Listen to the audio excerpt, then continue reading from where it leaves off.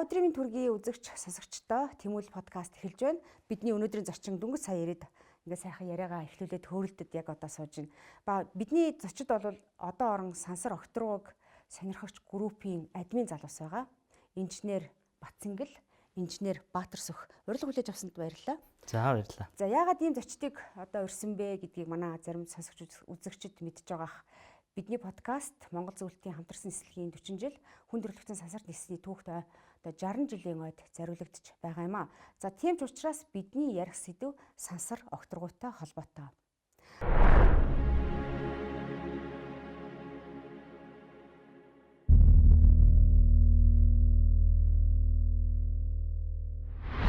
Одоо тэгвэл нэг ийм санаа дүр нийтийн дунд, массын дунд байна уу да?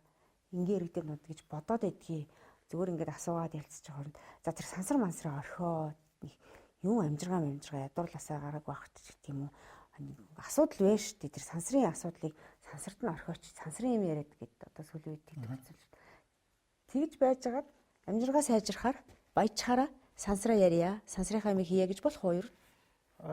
Баяжхаа хүлээн гэвэл хизээч баяжхын те магадгүй баяжхгүй бидний нас дуусчих юм билүү? Гол нь ингээд хүүхэд залуучууд юу байх хэрэгтэй л дээ. Сонирхолтой өөрийн гэсэн хоббитой байх хэрэгтэй. Хоббитой. Тэгээ би өөрийнхөө жишээг яриа те. Би яагаад одоо ингээд одоо орон сонирхогч болсон. Яг асуух гэж ирсэн. Би яагаад одоо орон сонирхогч болсон. Тэгээ яагаад би Сансар Окторгоо сонирхогч болчихоо нөгөө бүх юмыг судалдаг хүн гэдэг шиг те. Хариулт айгүй гоё. Айгүй романтик заяа. За 81 онд Монголын анхны Монгол хүн анх сансарт нисээд тэгэл нөгөө бид нар чинь бас балчир насны хүүхдүүд л байлаа. Одоогийнхоор бол нөгөө автобусны урталд ингээд лоозон бичсэн улаан аюутай масктай автобуснууд хотоор явал Жанибеков гүр архичаа хоёр ирээл төм үзээл хүмүүс ингээд шавцсан. Тэгээ ямар гоё ингээд аав ээжтэйгээ цуг явж исэн. Тэгсэн сансарт ниссэн гүр архичаа Баатар сансарт ниссэн Монгол хүн ниссэн болдсон байна гэх. Тэгээ энэ Оросын шинжлэх ухааны мэдээллийн төв гээд байсан. Тинчээ үзэсгэлэн гараал. Сансрын лунохоод ингээд сансрын технологиуд тайлбарлаа. Тэгээ балчир насны хүүхдэд маш гоё санагдчихсэн тухай үед. Ямар гоё технологи гэдэг чинь ийм байт юм. Тэгэл янз бүрийн марк, дугтуй, ном сонин те бүх юмнууд гараал. Бид нар чинь Сансарт Окторготой холбогдолтой марк цуглуулдаг. Ийм байлаа цуглуулдаг. Тэмдэг цуглуулдаг ийм байлаа. Тэгээ ингээ явхаар Сансартай одоо оронтой ингээ холбогдохоор ингээд сүулт нь боддог байхгүй юу. Ер нь одон орон бол бүх юмны үндэс одоо орон судлал. Жишээлбэл яагаад гэсэн чинь хүү нэгдлийн үед за хамгийн анх одоо 40 мянган жилийн өмнө 50 мянган жилийн өмнө хүн сүрэг үүсчээ гэж үздэг. Тэр хүн сүрэг юу байгалийн юмс үзэгдлийг мэдээж ажиглан за нэг уул байна, ус байна, гол байна, ан амьтад байна. Тэгээ дээр нь тэнгэр байсан баггүй. Тэнгэр байсан, нар байсан, сар байсан. Ойлгомжтой шүн одод түгдэг байсан ойлгомжтой. Тэгээд тэрний учир шалтгаан юу вэ? Тэрийг ойлгох гэж, таньж мэдэх гэж ингэж явж хамгийн анх үүссэн. Тэгэхээр нөгөө хамгийн анхны шинжлэх ухаануудын нэг бол одоо орон судлал зайлшгүй юм.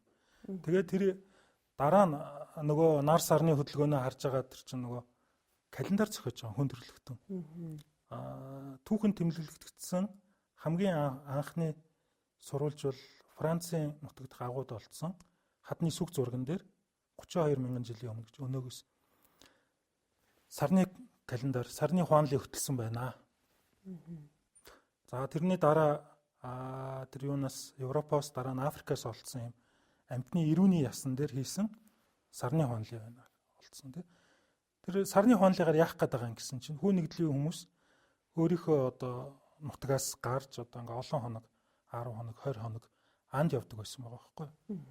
Тэгээ анд явахдаа хизээ сартаа явах уу хизээ саргүй явах уу бид нар хэд хоног явж гин гэдэг харахын тулд сарны хуанлыг. Сарны хуанлыг гэдэг нь сар өнөөдөр одоо тэргэл сар байж болно маргааш ингээ жижигэрсээр хагаад ингээ хавирган болоод дуусна. Тэрний дараа нөгөө талаасаа ингээ гарч ирээд ингээд явна гэдэг ч юм уу тийм 30 хоногийн 27 хоногийн 27-оос 30 хоногийн юм үргэлжлэх юм сарны том жижиг харагдах тухайн асуудал фазын тухайн асуудал. Тэгээд ингээд нар сарны хөдөлгөөн, оддын хөдөлгөөн гэдгээс чинь цаг тоолол үүсэж байгаа хүн төрөлхтөнд. Цаг тоолол үүсэж байгаа. Дараа нь дундад зууны үед ингээд ирсэн цаг тоол үүссэний дараа ер нь ингээд хүн орчлон ертөнцөө орчлон тэ танин мэдэх их хүсэл мөрөөдөл хүн төрөлхтөнд байгаад байгаа. Нар дэлхийг тойрд юм уу, дэлхийн нарыг тойрд юм уу. Тэгээ зарим одод илүү тод гялцаад байна, зарим нь бүтгэн гялцаад байна. Саран дээр одоо туулай байд юм уу? Тэ тэнд яг юу байд? Эсвэл бүргэд байд юм уу? Гэх мэтлэн ингээ явахаар маш одоо хүн төрөлхтний түүхтэй холбоотой маш гоё юм өргөн дэлгэр тэгээд юм романтик сэдв байгаад байгаа байхгүй. Тайлбарлаж байгаа тайлбар нь гоё. За яг хөө гэхдээ одоо орон судлал бол бас хүнд хэцүү цаг үе байсан. Тэгээд нар дэлхийг тойрдгоо, дэлхийн нарыг тойрдог гэж хэлсний төлөө амьдараа шатаалгаж ирсэн эрдэмтэд байсан. Тэгээд бүх шинжлэх ухаан сүм хийдүүдийн харьяанд байсан үе байсан. Гэх мэтлэн. Тэгтээ ингэж явсаар хагаад хамгийн сүүлд нь хүн гэдэг ийм байгалийн амьтан бодгол те өөрийн дэлхийн гадна байгаа зүйлсийг сонирхон судлах боломжтой болж ирсэн. 20 дугаар зуунд боломжтой болж ирсэн. Тэгээд шинжлэх ухаан хөгжиж гэн нөгөө физик, хим тэр чинь шинжлэх ухаанаар л судална. Физикээр судална, химиэр судална, математикаар тооцооллыг гаргана. Тэгэхээр астрофизик гэдэг тэр ухагт туунууд гарч ирж байгаа. Астрохим гэдэг ухагт туунууд гарч ирж байгаа. Тэрний дараа тэгвэл очиод үзье л да. Сар гэдэг юм байгаад байдаг. Энэ ямар үүсэл нь хаанаас гаралтай юм мэдэхгүй. Саран дээр юу гэдэг юм мэдэхгүй. Очиод үзье л да. Чадах уу? За чадан тэгвэл буужингаа хийчих, хөлгөө хийчих, нисээд очиод дээж аваад ир. Гэх мэтлэн ингээ хөгж явсан. Одон орон судлал маань өөрөө ингэж хөгжсөөр байгаа. Ер нь бол харьцангуй ажиглалт суурьтай юм шинжлэх ухаан л ажиглалт. Ямар гоё юм бэ хараад болоо тий. Одоо шүн ингээ хөдөө явж байгаа харна. Энэ галактик 4000 од харагдаж байна. Ямар гоё юм бэ. Тэгээд ер нь хязгаарлагдаад байдаг. Тэрний цаана хязгаарлагдахгүй зүйл нь юу юм бэ гэхээр сансар судлал гэдэг юм гарч ирээд очиод үзэж болно штэ. Тэр Бархасод гэдэг ийм гариг юм байдаг гэсэн бүслүүртэй ийм том ийм санчир гэдэг ийм гариг. Тэгвэл очиод дээж аваад ирээ. Тэгвэл тийшээ хөлөг хөөрөгчээ. Наран дээр ийм байна. Нарны ийм юу идэвчээд байна. Түүнээс болоод ингээд дэлхийд нөлөөлөд байна гэл. Тэгвэл нар судалдаг ийм хэмэл дагуулын хөөрөгчээ. Гэт ингээ явахаар нөгөө гэж юу вэ? Яагаад? Яаж гэсэн асуултуудад хариулах те. Гэхдээ хариулахдаа хамгийн үнэн зөв гэж бодож байгаа хариултууд те. Тэр хариултуудыг өгдөг тэр зүйл бол одоо шинжлэх ухаан гэж үзээд шинжлэх ухааны үндэстэй, шинжлэх ухааны суурьтай ийм тайлбаруудыг ингээд хөгжүүлээд явж байгаа. Тэгэхээр энэ бүхнийг ингээд залуучуудаа, хойч үедээ оюутнууд дүү нартаа ингээд хүргэе, энэ мэдээллийг хүргэе гэхээр энэ зорилгын үүднээс л одоо ингээд явахаар өөрөө ч мэдлгүй одоо сансрын зүтгэлтэн болоод байгаа юм хайш.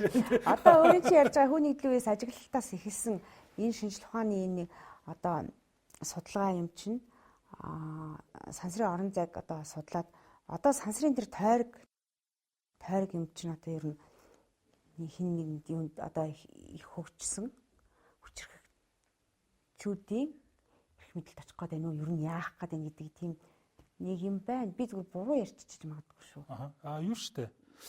Тэр тойрог зам мэдээж өөрийн гаригийг тий ойр хавийн 8 гаригийг ингээд нарны аймгийг эзэмшихийн тулд хүчрхэг байх хэрэгтэй. Тэгээ тэр хүчрхэг нь бол одоо тухайн нэг улс тий тэр улс юм а тэр үндэстэй юм а гэж ярих нь бол зохимжгүй. Энэ бол хүн төрлөختөн. Энэ бол хүний одоо гавья. Хүний одоо бүтээсэн ертөнц юм л байх хэрэгтэй л гэж үзэж байна. Одоо уучлаарай. Бас юу байгаа? Олон улсын конвенц байгаа. Нөгөө далай тэнгисийн ус нөгөө бүх орны дундих гэдэг шиг сансар окторгоо одоо дэлхийн бүх улсын дундын өмч. Тэгэхээр энэ хятадын тэнгэрийн байгаамаа тэнд нисч болохгүй ч гэдэг юм уу те. Тийм хязгаарлалт байхгүй. Яг тухайн орныхоо нутаг дэвсгэр дээр нэг 100 км-ийн өндөрт тухайн орны агаарын хил байна гэж үзэж байгаа тийм. Тэрний цаана бол одоо сансар окторгоо эхлэхэд бол тэнд бол одоо альч улсын, альч орны ямар ч үндэстэй ястан, ямар ч хүн үүрэг гүйцэтгээд тийм судалгаа шинжилгээ хийгээд явах боломжтой. Тэгэхээр Нүүбийн конвенцч байгаа энэ бол хүн төрөлхтний дундын өмч. Тэгэхээр хин нэгэн баян хүний ч юм уу тийм нэг хүний өмч биш. Хэн нэгэн хүчтэй компани, хэн нэгэн хүчтэй улсын ганц тийм эзэмшлэг юм биш. Тийм ч учраас одоо энэ олон улсын сансрын станц гэдгийг байгуулж байгаа. Өмнө нь зөвхөн Оросын станц гэдэг мир станц байсан. Тэгээ хөгжүүлж ашиглаж ингэж чадахгүй хөлдөөгөөд унгаагаад ингээд нураагаад хайсан Америкийн станцууд байгаа. Ашиглалтын хугацаа дуусаад буцаагаад устгадаг тий. Дундаасаа мөнгө осгоод Канадууд нийлээд, Европын сансрын агентлаг нийлээд, Орос нийлээд, Америк нийлээд дундаасаа босгоод харилцан ойлголцох санамж хүчиг үйлдэлээд хамтраад ингээд бүтээсэн станц 20 жил болж байна. Тэ 20 жил болж байна. Энд олон улсын сансрын станц. Тэнд хүмүүс амьдраад 20 жил болж байна. Тэр чинь одоо яг дэлхийгээс хичнээн километрийн зайтай ямар агаар мандалтай төглөө тэр чинь нэг онцлог юу байгаа тий? 400 км өндөр. Дэлхийгээс тэгээд нөгөө нэг цаашаачгүй наашаачгүй нөгөө яадаг вүлээ тэр чинь би бас нэг цаашаа наашаа байж болно. Цаашаа наашаа болчихвол ашиггүй байхгүй. Ямар орчинд байдаг вүлээ тэр чинь. Ер нь яг тий агаар мандлын давхарга гэж ярина л да. Тэг ингээд нөгөө стратосфер ингээд олон нэршилтэй шүү дээ. Тэгээд 400 км 100-аас 150 км-ийн өндөрт нөгөө дэлхийн нөгөө нам өндрийн тойрог зам гэдэг нь хилдэг. Тэгээд нөгөө харьцангуй вакуум орчинтай нөгөө агаарын молекулууд байхгүй энэ төр. Тэгээд тэрнээс дээш нэг 400 км-ийн өндөртэй гадаргаас дэш дундчаар нэг 400 км-ийн өндөртөл тэр объект маань ер нь дэлхийд тойроод явж байгаа юм. Тэг яг нам өндрийн тойрог зам гэдэгтэй л орно л доо. Тэр чинь одоо хүмүүс амьдраад гээд хамгийн урт удаан хугацаанд тэнд амьдэрсэн. Кели байна уу тий? Ер нь бол тэр сансрын ер нь яг ийм сансарт хамгийн удаан байсан хүн гэвэл нэг Оросын хүн байдаг л да. Поляков гэдэг Оросын сансрын хэсэгч бий. Яг олон улсын станцад амьдэрсэн гэдэг юм бол Америкийн сансрын хэсэгч байгаа, Оросын сансрын хэсэгч байгаа. Ямар хугацаагаар ер нь бид нэр? За ер нь бол жил гэдэг нь 300 орчим хоног. Тэгээ нэг эмэгтэй Оросын Америк нэг эмэгтэй сансрын хэсэгч байгаа ш. Тэр чинь нэг 300 бас 290 гэдэг лүү те. Тийм хугацаагаар амьдэрдэг. Тий. Тэр сансрын станцад бол яг тэр хүмүүс чинь зүгээр юу яах гэдэг юм биш үү? Зүгээр очиж амьдрах гэдэг юм биш үү? Тэр дандаа л ажил хийж, судалгааны ажлууд хийж байгаа. Дандаа эрдэнэ шинжилгээний ажлууд, туршилтууд тийм үү? Одоо дэлхийн одоо татах хүчний нөхцөлд хийж болохгүй энэ юуны заавал одоо ийм татах хүчгүй нөхцөлд хийх ёстой туршилтууд гэдэг юм уу? Маш олон судалгаанууд байгаа. За хамгийн сүүлийн тэр жишээ бол энэ сүүлд сая нөгөө SpaceX-ийн Dragon хөлгөөр ниссэн хэдэн нисгчд байгаа шүү дээ. 3 нисгч нислээ. Тэгээд тэд нар маань одоо ургамал одоо хүнс тариалж байгаа юм тэнд. Сансрын орчинд хүнс тариалж байгаа. За энэ яах гээд эднэр ингээд судалгаад. За тэр яагаад тэр станц дээр удаанаар хүн ингээд байлгаа судлаад байна гэхээр нөгөө Марс руу чинь нөгөө дараагийнх юм руу явах гээд бэлтгээд байгаа байхгүй юу? Тий, ер нь гол зорилго нь. Яг нэг сонирхолтой үүднэсгээ ярихад тэр нөгөө нэг жилийн тэр одоо судалгаа бол шууд Марсд чиглэгдсэн судалгаа хийгдсэн л дээ. Тэнд очиод нөгөө за физик талаасаа за технологи талаасаа бүх асуудлыг шийдчихлээ гэж бодъё. Тэгэхэд хүн тийшээ яаж очих вэ гэдэг асуудал яригдж байгаа. Тэгэхээр хүн чинь одоо жишээлбэл сансрын орчинд очих дээр хүний нөгөө булчингийн систем ч гэдэг үү, мэдрэлийн систем, одоо тэнцвэрийн систем энэ бол янз бүр болдог гэд ярьдаг шүү дээ. Тэгэхээр таныг өөр газар очиход, өөр гариг дээр буухад хинч тосч авахгүй байхгүй. Тэнд сансрын талбай байхгүй. Маш эрсдэлтэй нөхцөлд очино. Маш эрсдэлтэй нөхцөл буун. Тэгээд нөгөө сансраас одоо ачлгүүрээр агч баатар энэ төр ингээл нэг буугаад ирсэн бичлэгийн таазандэл үзсэн баг тийм. Ингээл нэг сандал дээр суулгаад тосож аваад ингээл тэр чин хүн сансарт байсан хүний бие организмд өөрчлөгддөг юм байна л да. Тэгэхээр тэнд таныг очиж буухад хинч тэгээ тосч авахгүй баг. Бүх юмыг та гардчих юм. Тэгэл тэнд хүн буугаад ирэхэд жишээлбэл алхаж чадах уу? Тэнцвэр олж чадах уу? За тэнд одоо орчин нөхцөлд нь одоо тасаж чадах уу одоо тийм үү? Одоо одоо нөгөө татах хүчинд нь хүн яаж байх ёстой вэ гэдэг юм уу? Зүрх судасныхын систем хэвээ ажиллах уу гэдэг юм уу? Ийм бүр ингээд бүр зориулсан чиглэл бүх ингээд судалгаанууд ер нь хийгддэг л дээ. Дээрээс нь сэтгэл зүй. Тий. Тэгээд сансар ялангуяа урт хол аялах, холын аялалд бол хамгийн хэцүү одоо хамгийн тулгамддаг асуудал хүний сэтгэл зүй гэж байгаа. Ойрны асуудал байна. Сэтгэл зүйн асуудал. Одоо ер нь тэр болгоныг судлаад идэг. Сая бол одоо хамгийн сүүл Хятад улс лөө одоо саран дээрээс нөгөө шорогийн тий хөрсний дээж авчир. саран дээрээс хөрсний дээж авчирсан гэх тийм ээ. Ер нь одоо ямар олборлт хийж болох вэ гэж янз бүрээр л үзэж байна. Ер нь явж бид нар одоо ер нь ямар хугацааны дараа ер нь өөр гариг хэрэгсдэр амьдрах шаардлага хэрэгцээ гарах бол ер нь тийм хүү судалгаа юмнууд бас байгаа таамаг байгаа л гэм л шүү дээ. Мөнхөд дэлхий бол оршихгүй үнэн шүү дээ тийм ээ. Тий дэлхийн мөнхөд оршихгүй. Гэхдээ хангалттай 4 тэрбум жил бол одоо байна. Тэгэхээр хүн төрлөختөн бол ер нь айх юм байхгүй. Нэгдүгээр за болчтой өөрчлөлт миний. Бид нар нэг 3 үеэрээ юм уу 7 үеэрээ бол айх юм байхгүй. Давын юм те. Нарийн болгоё хэлэхэд одоо нэг 7.4 тэрбум хүн байх шиг байна дэлхий дээр те. Тэгээд энэ ирчээрээ ингээд өсөөд байвал 2050 онд нэг 20 тэрбум хүнтэй болно гэж. 20 тэрбум хүнтэй болцохоор тэр хүмүүсийн хүнсний асуудал маш хүнд болно. За хүнсээ яаж бүрдүүлдэг гэхээр хөдөө аж ахуй газар тариалан мал аж ахуйгаас л тий. За тэгээ ургамал, жимс, ногоо эднэрээс л одоо яадаг байх нь шүү дээ. Ан агнуур, загас агнуур бол харьцангуй за яг хувь эзлэн гэхдээ бага. Тэгэхээр далай тэнгисийн тэр амьтдын нөөц ч гэсэн хэмжээ хязгаартай. Тэгэхээр хүмүүс одоо бүр ингээд маш их болоод тий 20 тэрбумаас их 30 тэрбум, 50 тэрбум хүнтэй болвол энэ хүмүүс идэх хоол олдох уу? За тэр ерөөсөө ингээд амьдрах орчин нөхцөл хангалттай юу гэсэн асуудал байна. За 100 жилийн дараа магадгүй 150 жилийн дараа гарч ирэх асуудлууд байж болно. За тийм бол бид нар юу яая те боломжтой хэсэг нь нүүх ёстой. Илүү хүнд нөхцөл хүлээж байгаа. Гэхдээ ер нь бол нүүе одоо ойр хавийнхаа одоо юу яадаг штэ те нэг арал дээр байж байгаа ойр хавийнхаа арлуудыг эзлээд ингээд колон болоод явдаг шиг тийм. Дэлхий бол ингээд ямар ч байсан нэг саран дээр хабитат буюу одоо хүлэмж шиг юм бааз байгуулад саран дээр хүмүүс амьдрах ёстой. За тэгээ дэлхий сар хоёрын дунд тойрог замд хиймэл дагуул бас нэг юм үүсгээд тэгээ тэн дээр хүмүүс амьдруулъя асан гэж байна. За сарлуу бол ойрхон л доо энэ ч маш ойрхон 3 өдөр 3 шөнө нисээд очичдаг байгаа. Өстой арах юм. Хай. Ангараг энэ чинь бол дунджаар 6 сар ниснэ. Одоо Марс гарах шүү дээ тий. Нэг талдаа. За бас нэг ингээд нэг 150 жилд нэг удаа тохиолдох юу нэлээ өмчлөх нь дэлхийн ангараг хоёр ингээд нарыг тойрж явахдаа ойртдог. Хамгийн ойртдог 150 жилд нэг удаа тохиолдох. Шанс нь бол 2 сар нисээд очих. Тийм байх хэмжээнд байна. 150 жилд нэг удаа. 150 жилд нэг удаа. За тэр тоомоог нь шалах хэрэгтэй. Тийм ээ тийм.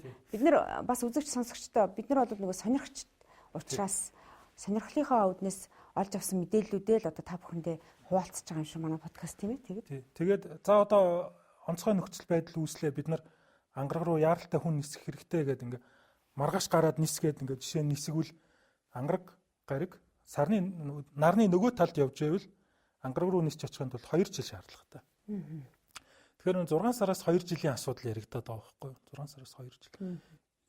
Тэгэхээр ангараг дээр бол ер нь хүн очих ёстой. Тэгээд тэрийг байгалийн тогтцол гэх юм уу те геологийн тогтцыг нь өөрчлөөд ургамалжуулаад моджуулаад ингээд тэр үлдэхтэй хэдэн мянган жил хийх ажил гэж байна. Тэгээд бид нар ингээд ангараг дээр суурших ёстой гэсэн юм концепт байгаад байна. Тэгээд ер нь энэ зөвч баг. Судалсан гариг эрхсээс ангараг хамгийн манай дэлхийтэй ойролцоо төстөө ер нь бидний боломж тийм үү? Нэг бол ангарагыг л судалчихаар ангараг гэж яриад байгаа юм уу? Одоо Марс гэж яриад байгаа юм ер нь. Хамгийн боломжтой нь ангараг. Өөр байхгүй шүү дээ. Ер нь хичнээн судалсан юм.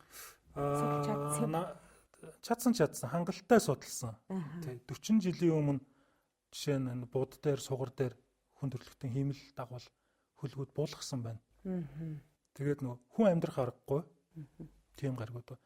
Цельсийн 420 градус, 460 градус халуун гаригуд байгаа. Тэнд хүн амьдарч чадахгүй.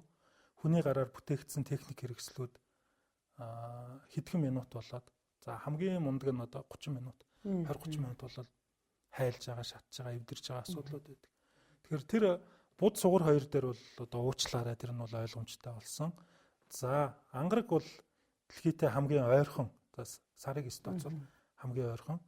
Тэгээ нөгөө хүн амьдрахын тулд одоо дэлхийтэй ойролцоо нөхцөлтэй байх хэрэгтэй, амьдралын нөхцөлтэй байх хэрэгтэй. Юу гэж юм гэхээр дэлхий дээр за бид нар одоо нэг тасалгааны температур ч гэдэг юм уу ингээд зуны өдөр Агаарын температур 20 градус, 22 градус баг. Хэвийн сайхан байна гэдэг те. За дэлхийн ингээд дунджаар аваад судлаад үзэхээр дундаж агаарын температур 14 градус байдаг гэж байгаа. 14 градус. Ангараг дээр бол тийм биш. Ангараг дээр хамгийн халуун газараа тэг градус орчим. Тэг градус. За экваторын бүстэй зарим тохиолдолд 20 градус, нэмэх 20 градус хүрсэн гэж байгаа. За хамгийн хүйтэн газараа хасах 135 градус. За дундаж температур нэг 30 орчим градусын хүйтэн байгаад байгаа. Тэгээ агааргүй Монголын өвөлтөл төстэй юм байна шүү дээ. Монголын өвөлтөд төстэй. Юу одоо тэр саран дээрээс хөрсний дээж аваад л энэ төр ингээд судалгаа шинжилгээч яг юунд зориулагдах гэдэг. Саран дээр амьдарч болох юм уу гэдгийг судлаад байгаа мó? Эсвэл ногоо тэрхэ ер нь аль аль нь байгаа тийм. Ер нь түүхийд олох гэдэг юм уу? Мэдлэг одоо хүний сонирхол гэдэг маань өөр хязгааргүй юм тий. Тэгэхээр энэ нөгөө шинжлэх ухаан үүссэн нэг шалтгаан. За цаашлаад бүр ингээ философитой холбогдоо явна л да. Тэгэхээр бид хаанаас гарал үүсэлтийн, бид дэлхийн хаанаас үүссэн, сараа яаж үүссэн ингээд энэ орчин ертөнц цаанаас үүссэн бэ гэдэг ингээд маш олон онлын таамаглууд ингээд яваад байгаа. Энэ өөрөө угаасаа агуу том сэдв. Тий тэгэхээр зэрэг гэсэн мөртлөө амар том асуудал. Тэгсэн хэрнээ амар сонирхолтой байхгүй.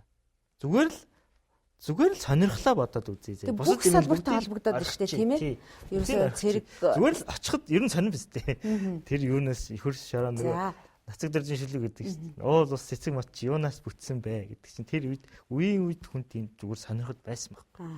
Оюун ухаан тэрүүндээ тэмүүлж байж л одоо өнөөдрийн нээлтүүдийг хийгээд байна тийм ээ. Тэвдлүүл яваад байна. Эцсийн бүлэгтээ нөгөө философи асуултанд хариулах гэдэг байхгүй. Одоо сар хамгийн орох юм бол сая их гоё жишээ татлаа штэ. 3 өдөр 3 шөнө яваад саран дээр хурчин. Нөгөө баян үлгийн явахт зайны биш штэ. Одоо ингээ бодоход. Ерөнхийдөө бол баян үлгийгээс жоохон цаашгнаа ч юм уу. Гэтэл бас зарим хүмүүс хэлж лээсэн л да би сонсчихсан. Одоо Улаанбаатараас Москва хүртэл 5000 км гэдэг. Гэтэл одоо сансрын агаар мандал дээр харах 300 гаруй км.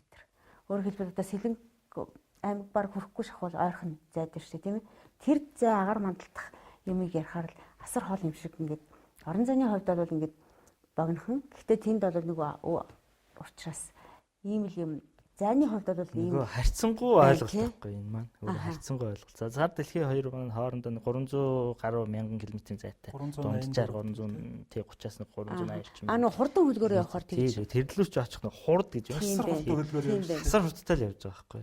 Тэгэхээр би одоо амар их хурдан явчих юм бол ингээл Сэлэнг рүү одоо нэг манах одоо хурдан галтрыг тавьчихвал нэг одоо ийш бол нэг цаг тахвал орчин үстэй нэг одоо нөгөө юуны хурдан замтай галтрыг тавьчихвал магадгүй мороор явбал би 7 хоног ч юм уу явах байх л та.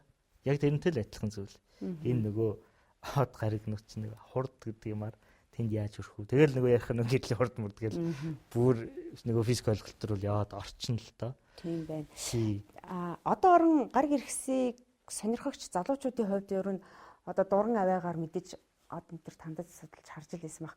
Ер нь одоо иймэрхүү нөгөө бит үзэгдлүүдийг хэр судалж ирсэн, явдгаар гэсэн ер нь хэр гоё идэх харж ирсэн үү? Харж ирсэн. За. Бид нар өөрсдөө тий дуран аваад нөгөө камер холбоол зураг аван тий. Тэгээ янз бүрийн одоо сар хэртэлч гэдэг юм уу тий. За сарны гадаргын зурагч гэдэг юм уу. Тэгээ гаригуудын давхцал гэж бас байна. Тодорхой бүгдээрээ нарыг тойроод явж байгаа. Тэгээ тодорхой хугацааны дараа бүгдээрээ нэг шугамд ордог ч юм уу. Эсвэл нэг шугамд ороход маш ойртож ирдэг ч юм уу тий. Нэг кадр дээр одоо ингээ олон гаригуудыг багтаах тийм зургууд энэ төр бол нөгөө stargazing гэж англиар ярьдаг. Оддын зураг авах тийм. Өөрсдөө дуран аваатай юу? Та нар? Тийм үү. Хаанаас авдгийг, ямар үнэтэй авдгийг яад гэдгийг ингээд бас хүмүүс сонирхож иж магадгүй юм тий. За дурангийн дэлгүүр байна. Мерсер том жижиг ингэж ер нь багавтар дурангийн худалдаа эрхэлдэг дэлгүүрүүд байна. Сонирхогч залуучууд тэр групп дээр өөрсдөө хоорондоо чөлөөтэй сурталчилж ярьж арилжиж байна. Тэгээ бас нэг хүн төрөлхтний технологийн дэвшил юм да. Онлайн худалдаа гэж нэг их гоё юм гараад ирсэн. Тий. Одоо Бразилд хүн дуран зарна гэхэд би эндээс захиалаад хөргүүлээд гэртээ хөргүүлээд авч болж штэ. Одоо хамгийн үнэтэй гэдэг юм уу? Тэр алс зайг хамгийн ойрхон татдаг хүчтэй дуран гэхээр ямар дуран бид яад гэдгийг манай Монголд ер нь аль нь байгаа л. Ер нь бага зөндөө дурангууд байгаа штэ. Интернетээс хараад Amazon-оос хараас ч юм Alibaba-аас хараад Ер нь сонирхож байгаа хүмүүс бол айгүйх авдаг юм билээ. Ааха. Ер нь ингээд мэдээллүүдийг харахаар ийм дуран авах гэсэн хүүхдээ юм хум харуулах гэсэн ингээл. Гэхдээ бас л нөгөө тэрэнд чинь нөгөө боловсрал буюу нөгөө юм чинь хэрэг болж байгаа юм. Тэгээ зарагдаад байгаа бол бас сайн биш. Ингээд дуран болгоно ингээд таарад идэг ч юм бас биш те.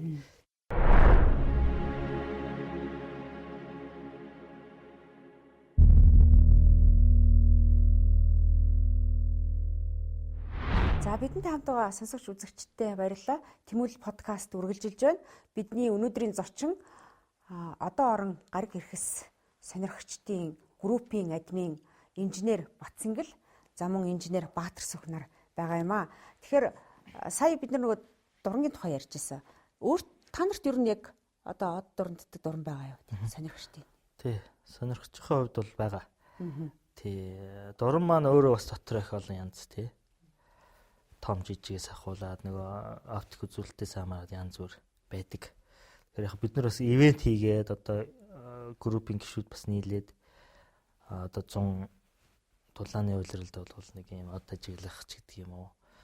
За одоо нөгөө солирын бороо ажиглах ч гэдэг юм уу. Тийм одоо бас ивентүүд хийдэг. Тий. Тэр нь бол бас ингээд хүүхд залуучууд ялангуяа бас энийг сонирхох бас сонирхлыг нөдөөж өгөх. Тэгээд ер нь сонирхолтой гоё болдог. Тийм үү. Хэр их гоё харагдах вэ одоо бидний нүдээр зүгээр харж байгаа. Яг хүн яг мэдхгүй хүн бол нөгөө яг хаабл дурангийн одоо хторгын юм дурангийн хааблын зураг шиг ч юм уу тийм юм харна гэж бас нэг юм их хүлээлт байдаг. Тэгэхээр нөгөө илүү тод гоё. Тий, айхтар гоё юм харна гэдэл хаабл гэдэг нөгөө сансрын дуран байгаа. Тэр шиг одоо зураг харна ч гэдэг юм ингээд бас нөгөө буруу төсөөлөлтөөсөө болоод ингээ од харахаар нэг заримд нь сэтгэл хүрхгүй ч тийм бас асуудал гардаг. Тэгэхээр нэг зөв ойлголт, зөв одоо мэдлэгтэй байх нь ихтэй чухал болчихж байгаа. Тэр ялангуяа бол бид нэр за эндээс ингээ ажиглалт сонирхчийн дурангаар бол гаригуудыг одоо ажиглаж болно. За сарыг ажиглана, ангаргыг ажиглана, бархас судлыг ажиглана ч гэдэг юм уу ингээд бод суугарч гэдэг юм уу ийм гаригуудыг бол сайхан харагдана шүү дээ, гоё харагдана. За олж чадвал нэг галактикуудыг сайхан за Андромед ч гэдэг юм уу ингээд гой оддын айг бол харж болдог. Тэрэн дээр бас нөгөө дурангийн маань өөрийнх нь үзүүлэлтүүд бас нэг автоматар дагдаг эсвэл механик дуран гэдэг дуран маань өөрөө дотор олон янз байгаа. Тий. Тэгэхээр бас нөгөө дурангаа авахтаа ерөнхийдөө би юу ажиглах вэ, юу харах вэ гэдгийг хүн бас өөрөө нөгөө баримжаатай байж ээж. За огт мэдэхгүй бол мэддэг хүмүүсээс зөвлөгөө аваад би ийм харах гэсэн юм аа. Ингэж харагдах уу ч гэдэг юм яа. Бас зөвлөгөө авахгүй бол нөгөө нэг том технологиор авчихсан тийм сансрын бүр боловсруулалт хийгээд янз бүрийн одоо тэр чинь нөгөө шинжлэх ухааны аргаар авж байгаа зургууд шүү дээ. Одоо өөр одоо үзэгдэх гэрэл юм уу, спектрийн одоо хэд дулаан ягаан ч гэдэг юм уу. Ийм зургуудыг боловсруулаад авдаг ийм гой гой зургнууд шиг юм харна гэж бодоод хүний төсөөл бас ингээд өөр байгаад идэг. Зөв. Тэгэхээр тэрийг зөв бас тодорхойлох хэрэгтэй өөрөө. Одоо жишээлбэл Монгол хүн сансарт нисэж явах тэр агшныг хараад одоо төржсэн хүүхд насаасаа эхлээл одоо одон гараг судалж эхэлсэн гэдэг ярихаар одоо жишээлбэл адуу малж исэн юм л адуугаа харахаар сэргээд тий нэг гоё кайф аваад өөр болдог штэ тийм ээ. Тэрүүн шиг одоо од хэрэгсээ ингээд дурангадаад хараад яхаар одоо ямар сэтгэл юм төрдгийм бэ ер нь айд шүү дээ. Тийм юу нас ямар хол юм бэ тий. Дэлхий ямар жижиг юм бэ? Хүн төрлөختөд одоо ямар жижиг юм бэ? Тий. Энэ ямар агуу уудам юм бэ гэдэг. Тэгээ ингээд судлаад байгаад үзэхээр гэрлийн одоо нэг үзэгдэх ертөнц гэж байгаа шүү дээ. Хүн төрлөختний хувьд мэдэгдэж байгаа үзэгдэх ертөнц гэхээр дэлхий төвтэй ингээд 93 тэрбум гэрлийн жилийн диаметртай юм зүйл байна гэдэг. Тэ одоогор мэдэгдэж байгаа. Тэгэхээр энэ захаас нь энэ зах хүртэл нь гэрлийн хурдаар явахаар 93 тэрбум жил явах нь шүү дээ. Тэгэхээр тийм юу байгаад байдаг. Тийм. Тэгээ трийг нь ингээд уншаад судлаад ингээд үзэхээр аймаар л да. Тэгээд айж байгаа. Түрүүний тэр бас юу ярьсан шүү дээ. Сар чин ингээ 3 хоног явчт юм уу ойрхон юм биш. Москва руу богоон 5 хоног явна шүү дээ гэдэг. 3 хоног явж байхад чинь тэг чинь нөгөө чи гიშгэх юм байхгүй те. Жингүү ингээ ямар ч барьцгүй юм вакуум орчин гэхээр аюултай аймаар л да. Бас ер нь бол те. Тэгэхээр тэрэнд бол бас юугаа сансрын нисгч нар бол одоо сэтгэл зүгээ бэлдэх хэрэгтэй байх. Тодорхой бэлтгэл юу байдаг байх. За ингээд ерөнхийдөө бидний яриа өндөрлөх гэж байна. Одоо нөгөө та хоёрын ярьсан сансар докторгоо яг ямар сэдвээр нь ярих юм бэ? Үгүй яах вэ сонирхолтойг нь яриад өглөө гэж би тэгээдсэн те. Яг баг зэрэг хам хагас ухсаас нь цохиулгаад ингээд сонсогч үзэгчдтэй мэдээллийг хүргэлээ. Мэдээж одоо цааш нь сонирхох юм бол танаа одоо групп тийм ээ. Одоо орон гар их сонирхчдын групп руу орж асууж лавж болох нь та нартай бас хандаж ярьж хэлцэж болох нь тийм ээ. Яг ингээд гар ихс одоо орон судалгаа хэрэглээ, ашиглалт, сонирхол гэд ингээл ярихаар бид ер нь хоцрох эрх байна уу даагүй юу гэдгээр нэг хитгэн өгүүлбэр хилээд за тэгээ манай залуучууд маань ер нь энэ чиглэлд бас яах ёстой юм гэдэг хэлээд ингээд дуусахгүй. Өөр та хоёрт бас хэлж ярихаар юм юу вэ? За ер нь бол эн чинь нэг агуулгын хувьд их томоо гэдээ би хэлсэн тий. Тэгэхээр зэрэг энийг судлах одоо юу гэдэг сонирхох ийм хэрэгцээ шаардлага одоо биднэрт байна тийм үү хүмүүст байна хүн төрөлхтөнд томруулаад яриа л да одоо хүн төрөлхтөнд байдаг учраас бид нар энээс одоо юу гэдэг хоцорч болохгүй.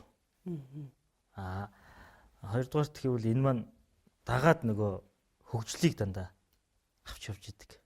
Тэ бид нар одоо өнөөгийн нөхцөл манай орны нөхцөл гэх юм бол сүүлийн үед ялангуяа одоо юу гэдэг мохор сүсгийн гэдэг юм уу одоо ийм эзотерикс гэдэг юм гээд янз бүрийн юм ярьдаг бас тодорхой хүмүүсээс байгаад идэв. Тэгэхээр тэрнийг нэг тийм сайшааж үлдээ би бол хувьдаа. Тэгэхээр зэрэг тийм юмнаас одоо ангид байх гол үндэс маань ер нь энэ шинжлэх ухаан ялангуяа одоо энэ байгалийн шинжлэх ухаан үүн дотроо тий одон орон судал гэдэг маань сансар судал гэдэг маань бүгдийг нэг байгалийн шинжлэх ухаан дотор багтааж авч явдаг. Учираас ер нь энэ боловсрал энэ байгалийн шинжлэх ухаан тал руу бас манайх нэг сургалт боловсрал тал руугаа бас давхар авч явах хэрэгтэй болов гэдэг нэг юм бодол яваад байдаг. Тийм учраас энийг нэг зөвөөр ойлгуулах гэсэн хүний нэг янз бүрийн ном энэ төр би орчуулагч гэдэг юм уу янз бүрийн юмнууд ингээд бичээд л одоо орчуулаач гэдэг юм хийгээл янз бүрийн юм хийж байгаа зүгээр хоббигаар. Тэгэхэд нэг тэр олон хүмүүс дотроос нэг хүн яг ингээд нэг сонирхооч гэдэг юм уу. Нэг хүний одоо нэг хүүхдийн одоо нүдэнд нь гал асаавал их гоё юм байхгүй юу. Тий. Тэгж байж л одоо энэ шинжлэх ухаан чи өөрөө боловсрал маань өөрөө ингээд түүчээлж ингээд явахын тасралтгүй явах хэвээр маа тасралтгүй байх хэвээр гэдэг нэг боловсролын зарчим байдаг шүү дээ. Тэр зарчим маань садуулгах юм болов гэж гэдэг талаас нь би бас хараад идэг. За. Бацангал инженерийн хувьд агаар нэгэн.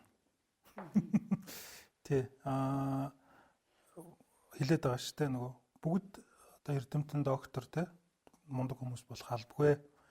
Тэгвэл одоо өөрийн хүрээлэн буй орчны талаар те өөрийн одоо альва байгалийн юмс үзэгдлийн талаар хамгийн үнэн зөв ойлголттой болоосай хүн болгон те. Нар яагаад эртдیں гэхээр нарыг матар залгид юмаа гэж сууж яж болохгүй нэ шүү дээ те. Үлгэр домогт итгээ те. Энэ яаж амаа нар дэлхийн хоёрын дундуур сар ороод сүдрэлж байгаа маа ч гэх юм уу те. Тэгэхээр энэ бүхнийг бол одоо шинжлэх ухааны үндэстэй хамгийн үнэн зөв гэж үзсэн энэ ойлголт тайлбарыг бол хүн болгон мэддэг байгаасай гэж үзэж байгаа. Тэгээ үүний төлөө л одоо энэ групп оршин тогтнож байгаа.